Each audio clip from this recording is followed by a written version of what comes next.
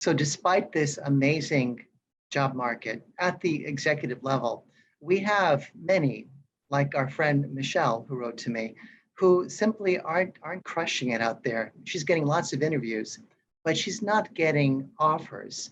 And she's wondering why in such an environment she's not succeeding. I don't know more about her than what I've shared, which I know makes asking you the question difficult to answer.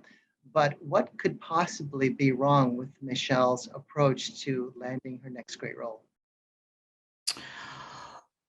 Well, maybe Michelle can take some of this information and internalize it to her current scenario. So I'll throw out a few things. But if you just analyze the whole thing as if you were a product going to market. Okay, now let's just say you're not making sales. Because when you get the job offer, that's the sale. Let's just say you're not making sales. So the question becomes, is it marketing that's not getting you in front of the right customer? Or is it sales that's not actually closing the deal? So it's hard to say which one it is. I will say for most people that have come to me with that question, it was a little bit of both, but surprisingly, it was more about not getting in front of the right customer. We've all been, as we've gone through the career ladder, we've been told to just get more at bats, I guess is the, get more interviews, do anything to get in front of them. I just need to get in front of this person. I just need to get the introduction. And not so much thinking about how do I get to the right person.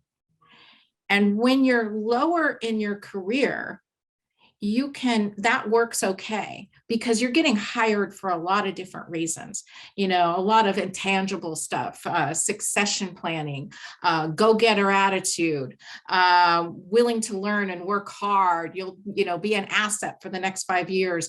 A lot of these things don't really come into play when making decisions at the executive level. And so we really have to focus on getting in front of the right customer. So instead of going into an interview or trying to just drop a giant net and pull up a bunch of anything and then tap dance around whatever it is you think they're looking for on that interview. Oh, let me customize my resume to this job. Oh, let me customize this to what I think they're looking for here.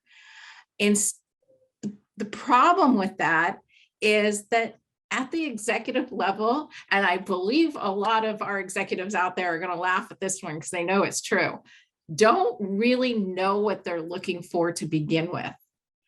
And they tend to make their hiring decisions based more on, I'll know it when I see it. So if you're busy customizing to what you think they're looking for, they're not authentically seeing your value.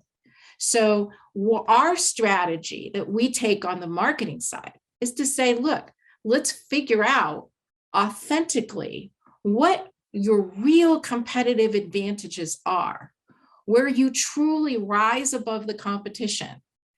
And it does help, of course, that we pair you with one of our executive coaches who have actually worked with people like yourself, so we know what the competitive advantages are. But when we truly know what your competitive advantages are versus everybody else, we can go target the right market. So instead of dropping a giant net, we have a strategy more of saying, let's know what your bait is, find out which fish want those bait, and then go fish in those waters. And then when you hook them, then you have a better chance, you're more competitive when you get to that interview. Now, when it comes to interviews going awry or not going as well as we could have done them, most of the time it's because of what I talked about before.